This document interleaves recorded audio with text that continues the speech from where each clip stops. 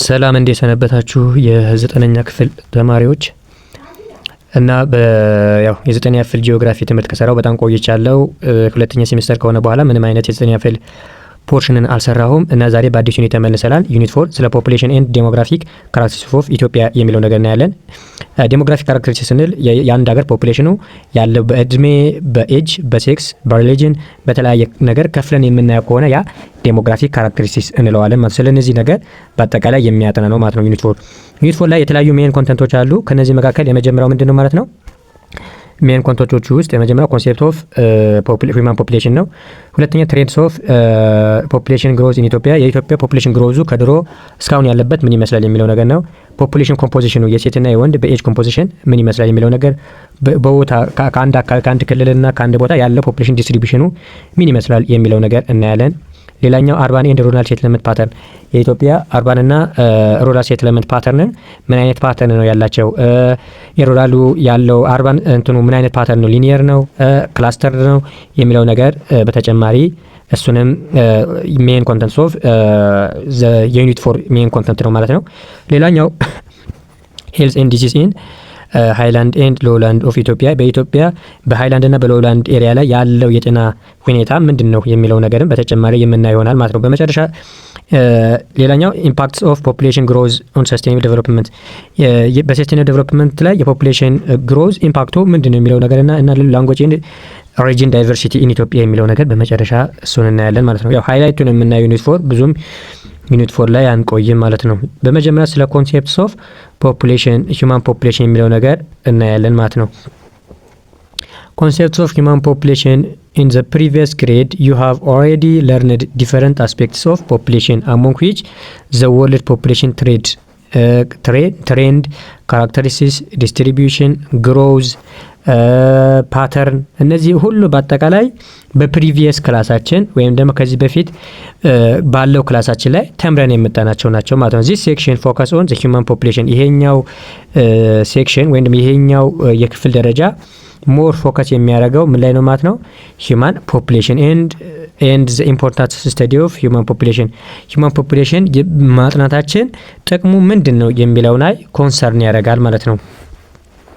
The term population in population study refer to the total numbers of human inhabitants of a specified area such as city, country or continent at a given time። የፖፑሌሽን የሚለው ነገር በፖፑሌሽን ስተዲ ምን ነው ሪፈር የሚያደርግልን ማለት ነው?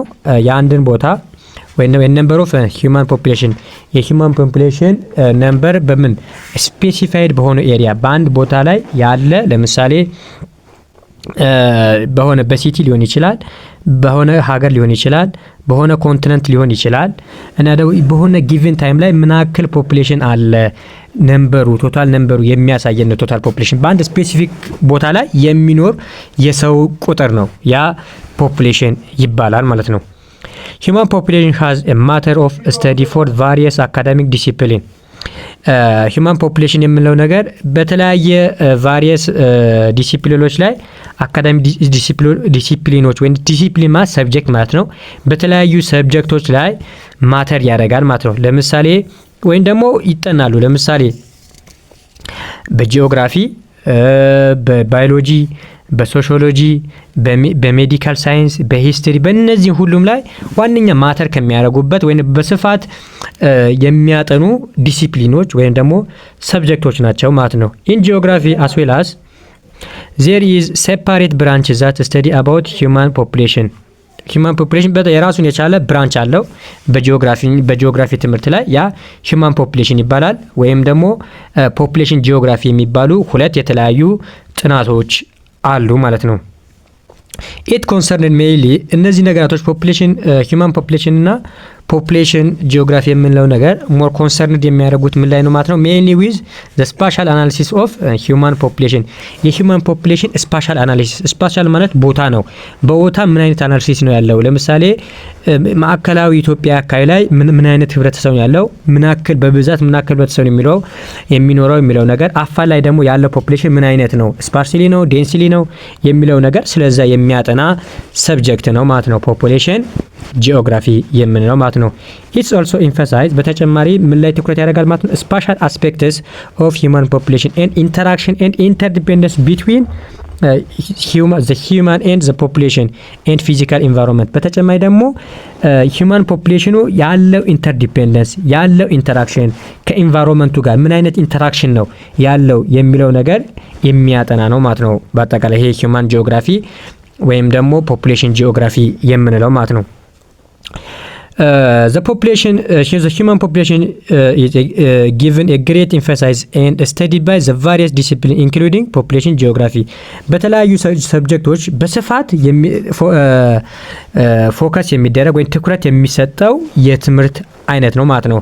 ለምሳሌ ምን ላይ ፖፑሌሽን ጂኦግራፊ ላይ በስፋት ምን ይሰጠዋል ማለት ነው? ትኩረት ተሰጥቶት የሚታይ የሚጠና ስተዲ የሚደረግ የቶፒክ ነው ማለት ነው። ሂማን ፖፑሌሽን የምንለው ማለት ነው። ሂማን ፖፑሌሽን ኢዝ ስታዲስ ፎር ሜኒ ሪዝን ኢንክሉዲንግ ዘ ፎሎዊንግ። በተለያዩ ምክንያቱ ፖፑሌሽን ለተለያየ ሪዝን የምናጠናበት ብዙ አይነት ሪዝኖች አሉ። ለምሳሌ የመጀመሪያው ሪዝን ፖፑሌሽን የምናጠናበት ስለ ፖፑሌሽን የምናውቅበት የመጀመሪያው ሪዝናችን ምንድነው? ኢት ኢዝ ቬሪ ዳይናሚክ። ፖፑሌሽን የምንለው ነገር ከጊዜ ወደ ጊዜ ምንድነው ማለት ነው? ቬሪ ዳይናሚክ ነው፣ ይቀያየራል ማለት ነው። ዛሬ ያለው ፖፑሌሽን እና ነገ ያለው የወርልድ ፖፑሌሽን እኩል አይደለም። ኢትዮጵያ ውስጥ እንኳን ብንወስድ አንድ ልጅ በ9 ሰከንድ ውስጥ አንድ ልጅ ይወለዳል። ያ ማለት ፖፑሌሽን እንትናችን በጣም ዳይናሚክ ነው። ዳይናሚክ ስለሆነ ያንን እንትን ምን ማድረግ ያስፈልጋል ማለት ነው? ግዴታ ማጥናት ያስፈልጋል ማለት ነው። ለምሳሌ ከዚህ በፊት ያጠናነው ፕላን፣ ከዚህ በፊት ያስቀመጥነው እቅድ ህፃናት የሚበዛበት አካባቢ ከሆነ ህፃናቱ እያደገ ወደ አደልት ወደ ተለያየ እድሜ ክፍል ይሄዳል። በዛን ጊዜ እቅዳችን ግዴታ መከለስ ይኖርብናል ማለት ነው። በዛ ምክንያት ግዴታ ፖፑሌሽንን ማጥናት ያስፈልጋል። እና ደግሞ የተለያዩ ሲግኒፊካንት ኳንቲታቲቭ እና ኳሊታቲቭ ቼንጆች አሉ በኦቨር ታይም እና በስፔስ በቦታና ከጊዜ አንጻር የተለያዩ የሚቀየሩ ነገራቶች ስላሉ ግዴታ ማጥናት ያስፈልጋል ማለት ነው ፖፑሌሽን። ሌላኛው ፖፑሌሽን የምናጠናበት ምክንያት ወይም ደግሞ ከዛው ጋር በመቀጠል ቼንጅ ሃቭ ትሬመንደስ ኢምፓክት ኦን ሶሺዮ ኢኮኖሚክ ዴቨሎፕመንት ኦፍ ሶሳይቲ። እነዚህ በጣም ከፍተኛ የሆነ በሶሺዮ ኢኮኖሚክ ዴቨሎፕመንት ኦፍ ሶሳይቲ ላይ ኢምፓክት አላቸው። ግሮዙን የመቀየር ፖፑሌሽኑን የመቀየር ኢኮኖሚክ ይሄ አክቲቪቲያችን የመቀየር አቅም አለው ማለት ነው። ይሄ ፖፑሌሽን ቼንጁ ማለት ነው። ሌላኛው ፖፑሌሽን የምናጠናበት ሁለተኛው ምክንያት ምንድነው ማለት ነው? ቼንጂንግ ዘ ሳይዝ። ቀደም እንዳልኳችሁ በሳይዝ ይለያል። ሁለተኛ በኮምፖዚሽን ይለያል። ለምሳሌ ድሮ የነበረው የሴት ቁጥር አሁን ያለው የሴት ቁጥር፣ ድሮ የነበረው የወንድ ቁጥር አሁን ያለው የወንድ ቁጥር፣ ድሮ ያለው የህፃናት ቁጥር አሁን ያለው የህፃናት ቁጥር እና ደግሞ የወጣት ቁጥር፣ ኢኮኖሚካሊ አክቲቭ እና ኢንአክቲቭ የምንላቸው ሰዎች ቁጥር ከጊዜ ወደ ጊዜ ይቀያያል። ያ ኮምፖዚሽን እንለዋለን ወይም ደግሞ ስትራክቸር እንላቸዋለን ማለት ነው። ያ መቀያየሩ ግዴታ እንድናጠናው አርጎናል ማለት ነው። ሌላኛው ሎኬሽን ኦፍ ሂውማን ፖፑሌሽን ካን ሃቭ ፖሊሲ ኢምፕሊኬሽን። ሌላኛው ደግሞ ሂውማን ፖፑሌሽን ራሱ የምን ኢምፕሊኬሽን ስላለው ነው ማለት ነው? የፖሊሲ ኢምፕሊኬሽን ስላለው ቀጥታ ፖሊሲ የሚያስቀይር ነገር ስለሆነ ግዴታ ማጥናት ያስፈልጋል ማለት ነው። ሌላኛው ናዊንግ አባውት ካራክተሪስቲክስ ኦፍ ሂውማን ፖፑሌሽን የፖፑሌሽኑን ባህሪውን ለማወቅ የዛን ፖፑሌሽን ባህሪው ለማወቅ ራሱ ግዴታ ፖፑሌሽንን ማጥናት ያስፈልጋል ማለት ነው። እና ያንን ነገር አጀስት ለማድረግ ከሪያሊቲው ጋር አጀስት ለማድረግ ለማዋሃድ ግዴታ ፖፑሌሽንን ማጥናት ያስፈልጋል ማለት ነው። እነዚህ ሶስቶቹ ነገር ፖፑሌሽንን የምናጠናበት ዋነኛ ምክንያቶች ሪዝኖች ናቸው ማለት ነው። ፖፑሌሽን ስተዲስ ይልድ ኖሌጅ ዛትስ ኢምፖርታንት ፎር ፕላኒንግ። ፖፑሌሽን በማጥናታችን ስለ ፖፑሌሽን ኖሌጅ በመኖራችን አንዳንዴ ለምን ይጠቅመናል? ፎር ፕላኒንግ ለእቅድ የምናቅደው እቅድ ግዴታ የምናቅደው እቅድ ጥሩ ይሆናል ፖፑሌሽኑ ካወቅ ነው። ቅድም እንዳልኳችሁ ያለው ፖፑሌሽኑ በእድሜ ከፋፍለ ብናየው የተለያየ ነው። ለምሳሌ ትልቅ ህብረተሰብ ወይም ደግሞ እድሜው ከ65 በላይ የሆነ ህብረተሰብ የሚበዛበት አካባቢ ላይ ላበር ኢንቴንሲቭ የሆነ ኢንዱስትሪ መክፈት አይቻልም። ምክንያቱም ምን ማግኘት ስለማንችል ላበር ኢንቴንሲቭ ማለት በጉልበት የሚሰራ የሰው ልጅ ጉልበት የሚጠይቅ ኢንዱስትሪ ማለት ነው። ያንን ኢንዱስትሪ መክፈት አንችልም። ለምን?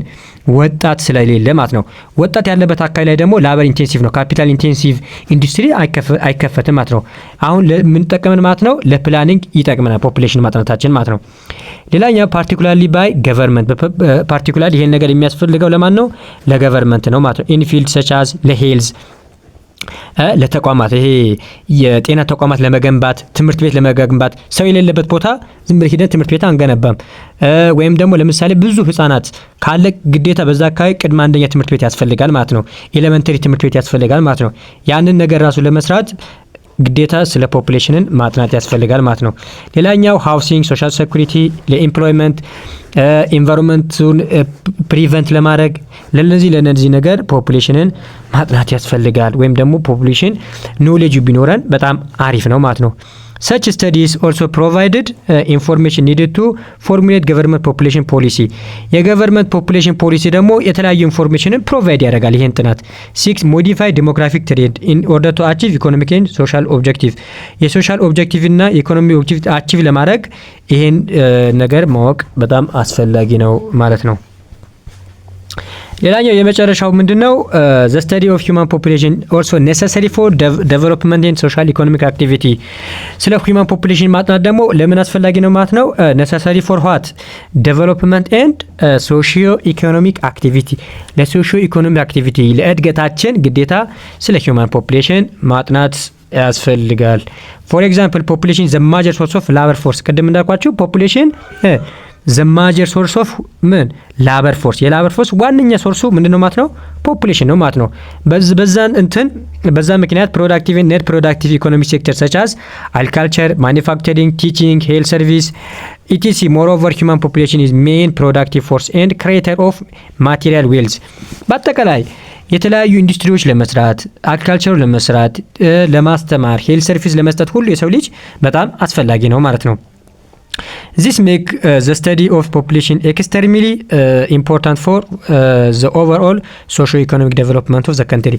ለአንድ ሀገር እድገት በመጀመሪያ ስለ socio-economic development of country ማጥናት ያስፈልጋል ማለት ነው። እነዚህ በአጠቃላይ ስለ concepts of human population ነው ማለት ነው።